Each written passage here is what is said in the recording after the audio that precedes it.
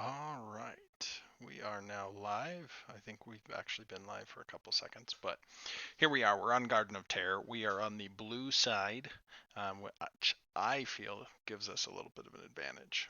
But we have, in my opinion, drafted enough PvE for the map. We have Dauntress on Johanna. We have, let's see, Andrew on Greymane, Rift on Falstad. Baron is playing Alfurion, and finally Jack on the Gazlowe. So we're going to unpause here. Okay. I'm a big fan of Bribe. I think this is a great map for it. Viciousness, very meta, very strong. Big game hunter, so Gazlowe's going to be looking for some camps as well. Joe, really, you could take any of them. If you see Vala go into auto attack, which she is, you might think of reinforce, and I can go through how you want to use reinforce later. But I always like Laws of Hope, and the hold your ground is of course very meta. Beetle build a new Barak. Ray of Heaven attacks. Okay, that's fine, but I don't think they needed that. Auto attack, Uther, and Shade build. All right, I'm okay with that. But big resets and big spell power is what they're after. Looking at our team comps, while they don't necessarily have anything stacking, neither do we. Jack has chosen to go top. I don't feel like we have to start anything amazing. For Rift, I would say because you're wingman, get this center stack and then fly bottom. You know the first objective is going to be bottom. I would have actually flipped Jack in that case and had Jack go directly bottom and had Falstad go first wave fly top and then hold his fly for the first objective. The goal being for Falstad to get enough bribe stacks that he can bribe this camp and then fly to the objective, because we know the objective's either going to be here or here every time. Garden of Terror always has it spawn in these two, which is strange, but that's fine. It's one of the reasons that I feel like it actually favors the blue side, is because you can have your easy camps done and time your hard camp and then come to the objective that's right here or right here, and now your hard camp is pushing during the objective. Where if the red team tries to do the same thing, it's more difficult for them because their hard camp is way up here and they know the first objective is either here or here. So I've got a couple of red dots.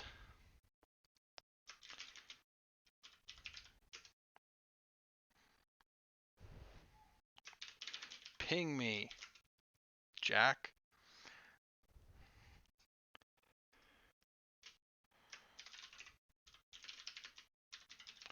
Hopeful Storm League.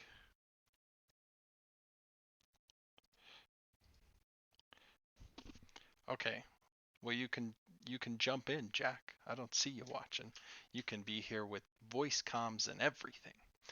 So, Garden of Terror is an extremely macro heavy map, and because of the size of it, if you can have that global presence with Falstad, that campability, which everyone we've taken has campability outside of Joe. Malf, the healer, very few healers have the campability.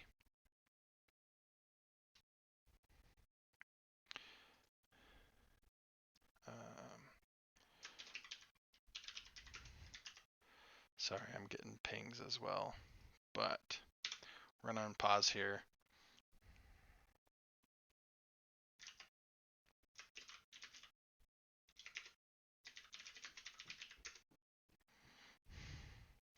So yeah, that would have been a small change that I would have made, is to have Jack go bottom, but it's not overly important. First fight, we don't take a lot of damage. That's great. We're going to look here and see, all right, we missed a minion by the looks of it. Falstad flew down. We like that. He's going to be able to get that last minion. Boogie out. Perfect. Okay, camps are up in 5 seconds now. We want to be on those camps. Yeah, Greymane can take this alone. And Joe, I like that you're just hanging out in the bush.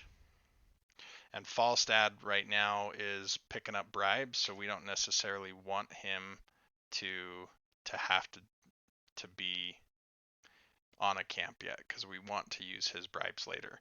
Now, Falstad's bribe, I like that they made all of the bribes unique, but for Falstad's, there's not really an incentive to hold on to the bribe because you instantly get the attack damage. Oh, see that we should absolutely be ahead right here on camps because Uther sucks at camps.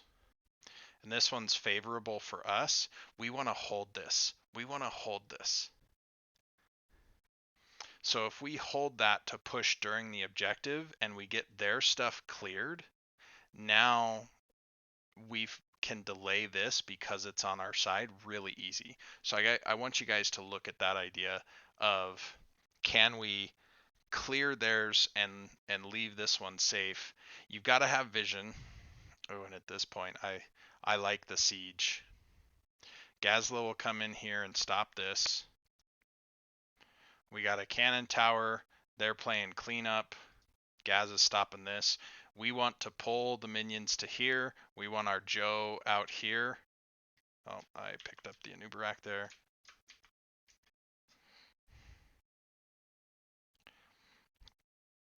Yeah, we want our Johanna to be farther forward, and the reason is we want her to be the wall that she's designed to be, and someone back here caps it. We even have broccoli. Broccoli can be a good way to aggro some of these. We should get this.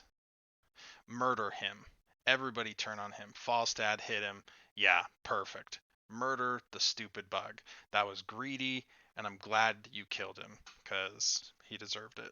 And we see there broccoli taking on the guys. Ooh, they had a mean siege up here. So similar to what I mentioned for us bottom, they pulled off top.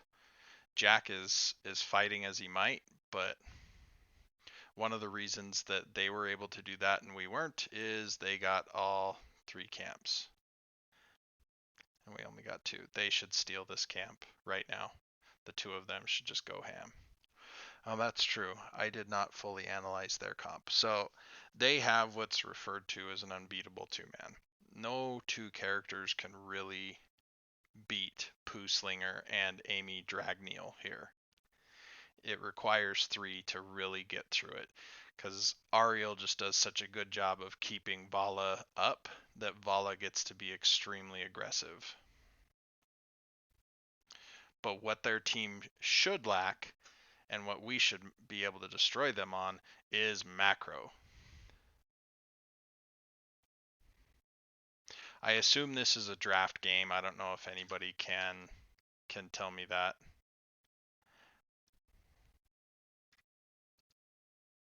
Sorry, I had tabbed out for a moment there. Yeah, see, we want to wreck them on macro because of their 5 characters. Vala is the most macro oriented. Anubarak becomes so in his current Beetle build, but it really doesn't come online until 13, and then it spikes at 16.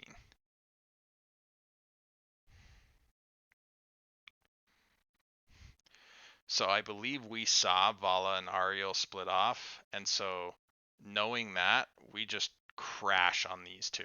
We try to make them blow all their cooldowns, something. We're not going to kill the bug because he has his getaway.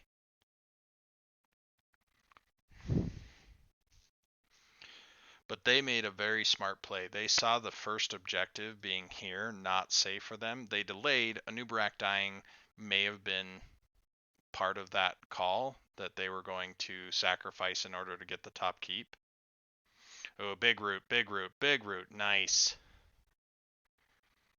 So now this should be ours for free. Normally I would tell you siege, siege, siege, but because the seed just popped and we can get this one pretty easily, we just go in. Good kill. This is one scenario because they're double healer that I would be okay with you taking healing reduction roots instead. Nubarak goes down. Vala's coming in fresh.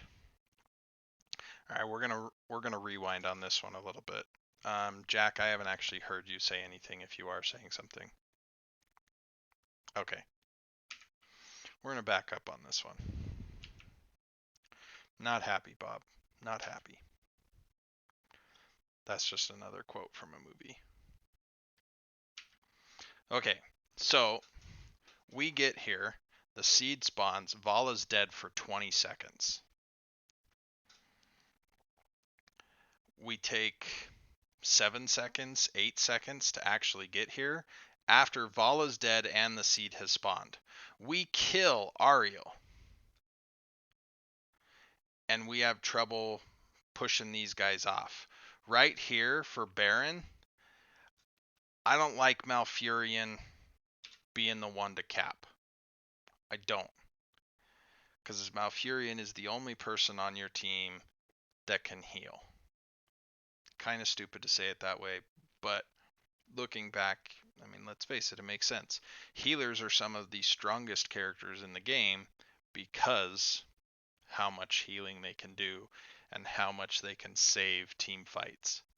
So right there, I'd really rather see someone like Falstad channel. I want to see Joe here in the bush and keeping an eye on Anubarak. I want to see Gazlo set up all sorts of turrets up in this area that I'm shading in green. And I want Falstad to probably be the one to capping. I want for Malfurion rejuvenation on everyone, which I would tell you Malfurion is a very good healer, but a very difficult healer. And I would tell you to make that much simpler on yourself to take the rejuvenation talent at 1 rather than the Moonfire talent, just because your team doesn't need damage so much. They need healing in this case because you're the only healer. Yeah, damage can help bust through double healer, but so can focus fire, and your healing's going to save you quite a bit. So that would be one change I would make on Malfurion's build, is just have that self-healing going so you don't have to worry about yours as much. But as far as the team fight, this is a 3v5 and we lost Malf. And it gets worse. Here, unpause.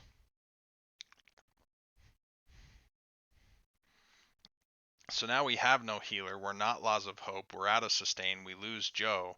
So now in this, we've traded and they capped the seed.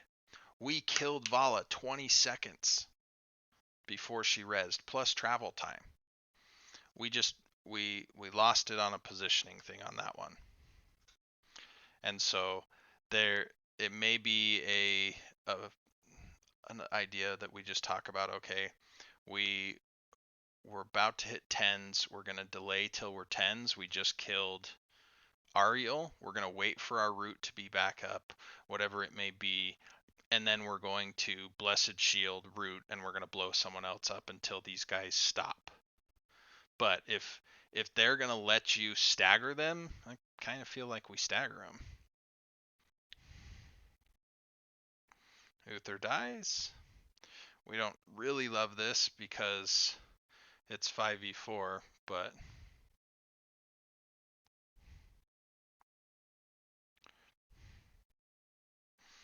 we made it out. So we spent this anyway.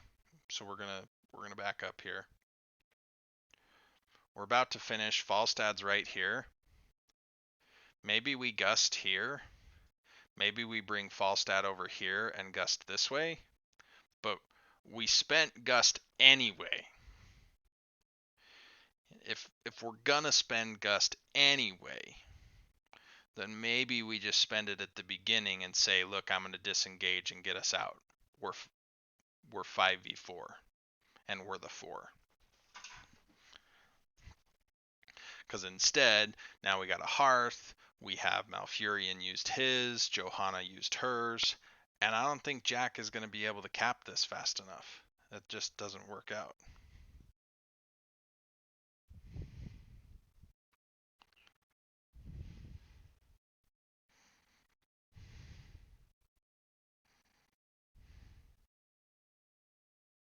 And the Cocoon.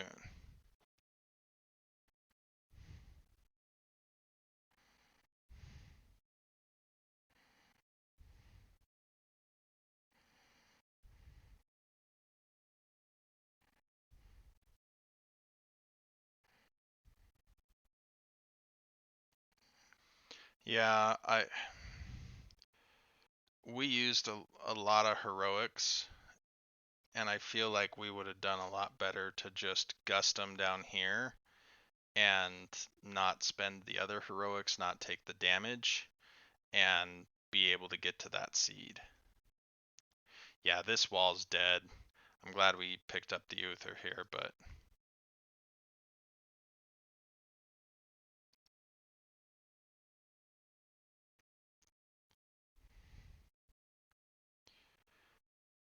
yeah, I could hear you, Jack. Yeah, sorry. Oh,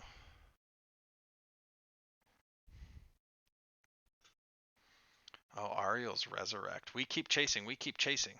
Ugh, I don't love that. Like, we knew Uther was dead all the way across the map. We knew it was a 4v3. They don't have any speed abilities beyond Vala, but we don't want to kill Vala. We want to kill Ariel. And we have Falstad with speed, and Greymane can. Yeah, Greymane has speed, though I don't know if we had it at that point. Um, yeah, I don't know that I love that part. I don't like this, Dantris. Your team's not here yet. Yeah.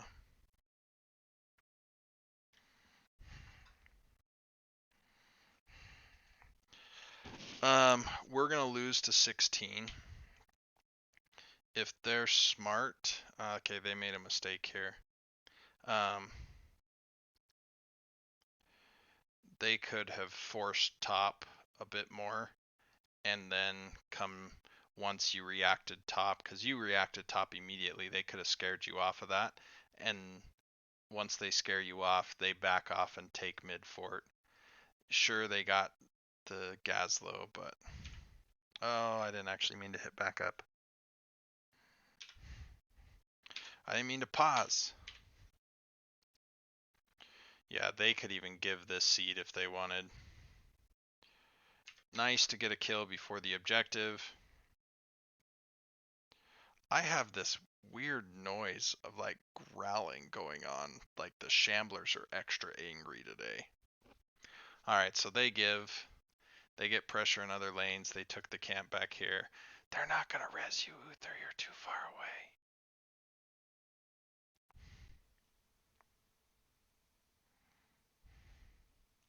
Alright, we are going to back up here. There's a major mistake here, and eventually you're going to hate yourselves for it. Where? Hey. So, what did we just do?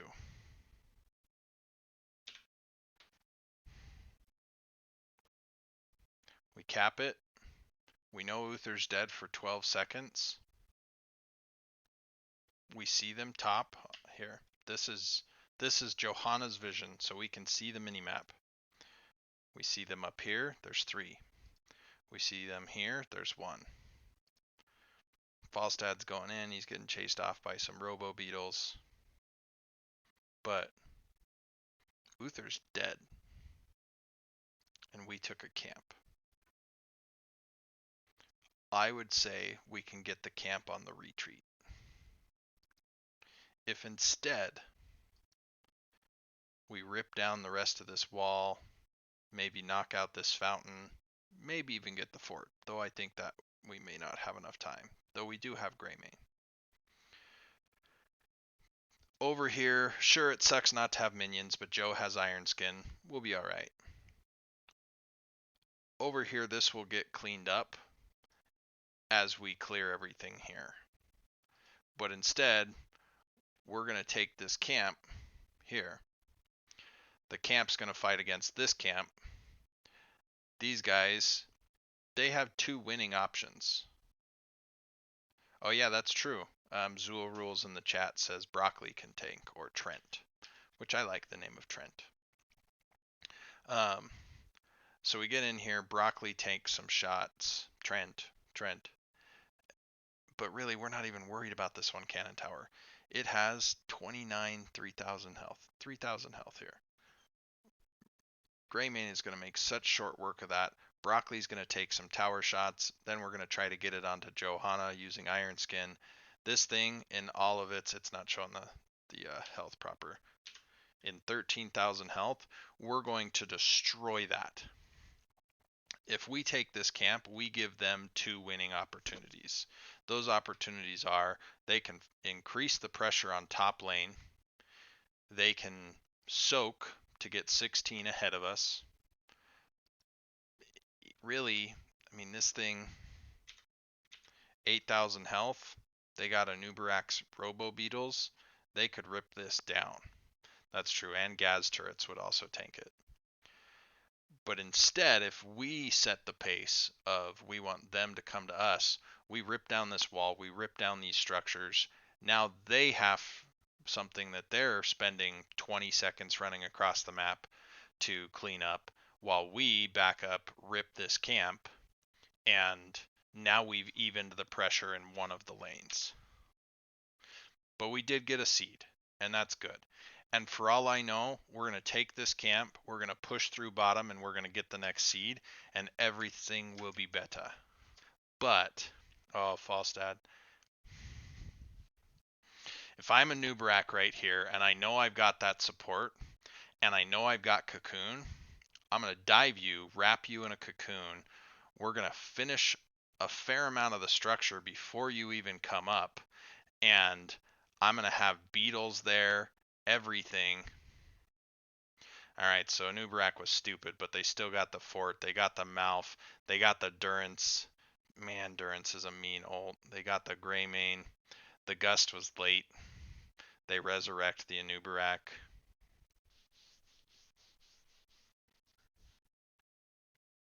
Yeah, right here, they make another mistake. They have 2 of you dead for 20 seconds and a third for 30 seconds. They should have ripped this wall down. So, you've probably heard me say it before, and you'll definitely hear me say it again. If Heroes of the Storm was very literally named, it would be Heroes of Destroying Structures. You don't win any prizes for killing people. You don't. Get it out of your heads. I don't care. You don't win a prize for having the most kills. That just is some way that people justify when they lose. Well, at least I got the most kills. So if you want to justify your existence, fine. But that's not really how you have fun in this game. You have more fun by winning. I mean, sometimes you have fun with wacky comps, but we need to coordinate that because we didn't need both of those disengage tools. We would have rather Malfurions been able to be a team fight tool later. So now they have pressure in all 3 lanes because they have wave clear priority. They have camps in 1. Yeah, I think they let this camp go. And they just, yeah, this, So right here, if they're going to take this camp, fine. Charge the seed. Kill a Nubarak and take the seed. You'll have Garden Tears. This camp is not worth Garden Tears, and we just spent 3 people's time there. So Why do you have double support well if not to win fights and smash after? I don't know, Zool. But they were stupid, the enemy team.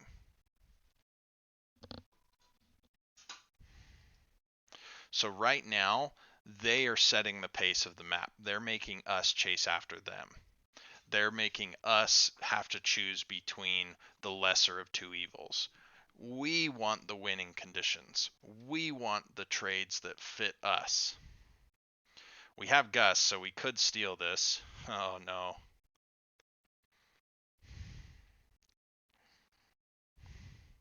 This isn't going to work out. This should be game right here. They should go and end. Yeah, so they're going to get the tears and end with the tears. They should have one person. Yes, Uther. Yeah, so they prep this top lane. Uther caps, and then they should finish through top. They can even take mid. Oh, they get the kill. Yeah, this is game.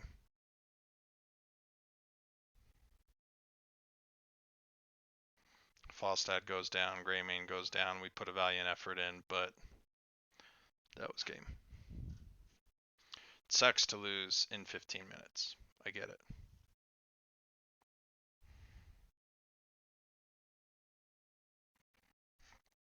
So, rules of that last fight there. One, we don't face check as a squishy. You have hammering, you have even gust, I suppose. Though if you use gust to check bushes, you better know they're there, type of thing. Like that camp was not worth it. We could have thrown a hammering, we could have thrown a moonfire, we could have thrown a shield glare, we could have dropped a Gazlowe turret. We had all sorts of options. The worst thing that we could do there is die by face checking. If we had given the camp because we weren't in position to let the tank go first, that's better. It's a stupid camp. We all die, and myself included, we all die so much fighting over camps. And it's easier to see when we're in this almost third person perspective. And I wasn't there and I wasn't in comms, and I get it. There's some stress in that moment. But the reason we go through the replays is because we can see some of those things. But we do that so many times. We'll see if this can walk up. Back up more.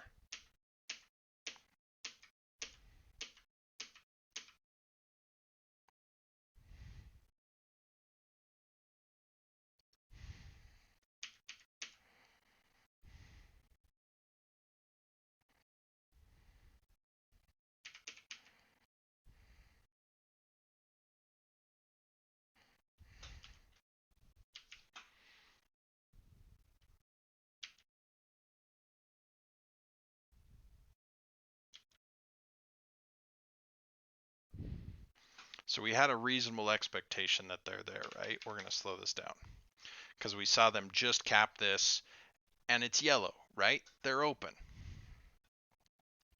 So we go. Gazlowe's close. Joe's not far. You didn't use a single ability. You barrel rolled in to try to snake the point, which is desirable. I get it. It's yellow. We love gold stuff. It's zooming in on you because you're at the core dead.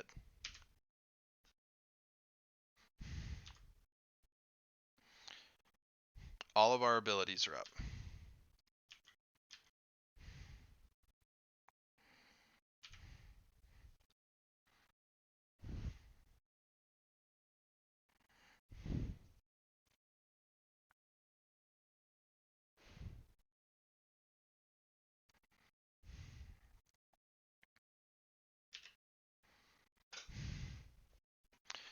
I get it. We wouldn't have stolen the camp. But if we had hammeranged and stayed safe, we wouldn't have lost the game. And there's some confusion about, what path is the best path and whatever. And maybe they get away. And that's okay. It's better than losing the game. If we had instead let Joe shield glare, if we had come around over here maybe as Falstad, thinking, okay, if I see it, I can gust them off and then barrel roll in, fine. But we barrel rolled in first. I don't think we got any abilities off. I believe Rift is the shot caller here, and that's tough. And I play shot caller on my team, and I can tell you it's a stressful situation. It absolutely is. If you had meant to push R there according to Zool rules in the chat, and I agree with this, okay, you clicked a wrong button. It happens. But you did E, you did get slapped by Ario, you got stunned twice by Uther, and Vala just got to go absolutely ham. As the shot caller, and this is going to sound harsh, and you might hate me for it, and I get it.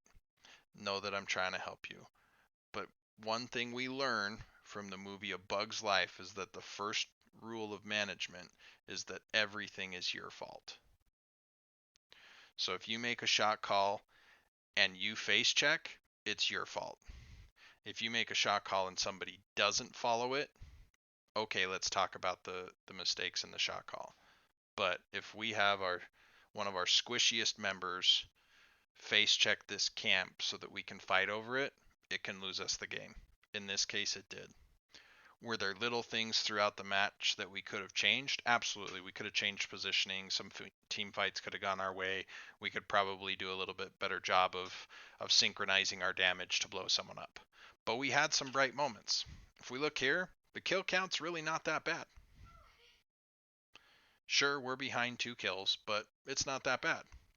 We check it here in another 30 seconds, it looks a whole lot worse. So if there's one thing that was the final nail in the coffin, maybe not necessarily the thing that lost the game, but that was the final nail in the coffin, it was face checking this. So I'm happy to go over some Garden of Terror strategy. I think you guys had a fine comp against theirs. I would have loved to have seen you hit level 20, because I think a level 20 Gravo and a level 20 Gust flips this game on its head. And now all the lead they got doesn't matter because you just CC'd everyone and you got a 4 or 5 man kill. And now you have so much damage naturally built into your team and so much siege. I don't even care if they have forts up. You're going to go through a fort, you're going to go through a keep, you're going to knock down the core. So we probably didn't need to be quite as aggro on some moments, and there's some positioning stuff that we can work on. So looking here, we want to control this space from the enemy team, because if they walk all the way around to come here, it's too far. And so we set up Gazlo turrets. We have Johanna out here, something. Like we can even set up Gazlo turrets and have Johanna here and Gazlo over here on that objective. Down here with the camp, if we just gusted away and we were safe, we probably get the seed up here. This seed here, when we killed the Anubarak, that was great and we capped the seed, but we never actually capped this camp. And the Ariel Vala just sieged through and got this keep within the first 5 minutes, or excuse me, fort within the first 5 minutes of the game. And that doesn't feel great, right? We're gonna work on our camp invades. It happens to everyone. I get it. I've played in multiple levels of the game. We all do it. Down here, when we get a kill and we cap the seed, we're gonna siege. It hurts to look at a game where we have all of the major structures of the enemy team still up when the game ends. It sucks. It happens to all of us though. And so we're going to look at those things of, okay, we got a kill, we're going to siege first, and we're going to retreat through the camps. We got a kill, we're going to force them back and then cap the objective while we've got this extra time. We're up 10s, we're going to go murder someone and rip down a structure. But even if we just get a kill and take one structure, one cannon tower. Those things add up. And so if we get a kill at level 1 and we're in the position to kill a cannon tower, now this won't often happen, but say we are, we take down that cannon tower. Just rip it. I don't feel like we lost a lot of soak throughout the game. Passive, you can see they are way ahead because of having structures down early and even 3 of them. Minions, you can see we actually soaked better than they did. Mercenaries, they have a lead. Kills, they have a lead. Structures, they have a lead. Okay, so we did good on soaking. Now we just got to clean up team fights and fix some macro perspective ideas. Please hit me up with questions. I'm happy to go through them with you. But if you want some ideas, we can go through that too. I'm going to go ahead and end this video. I'll get it exported to YouTube and get it to you. But thanks everybody, and keep having fun.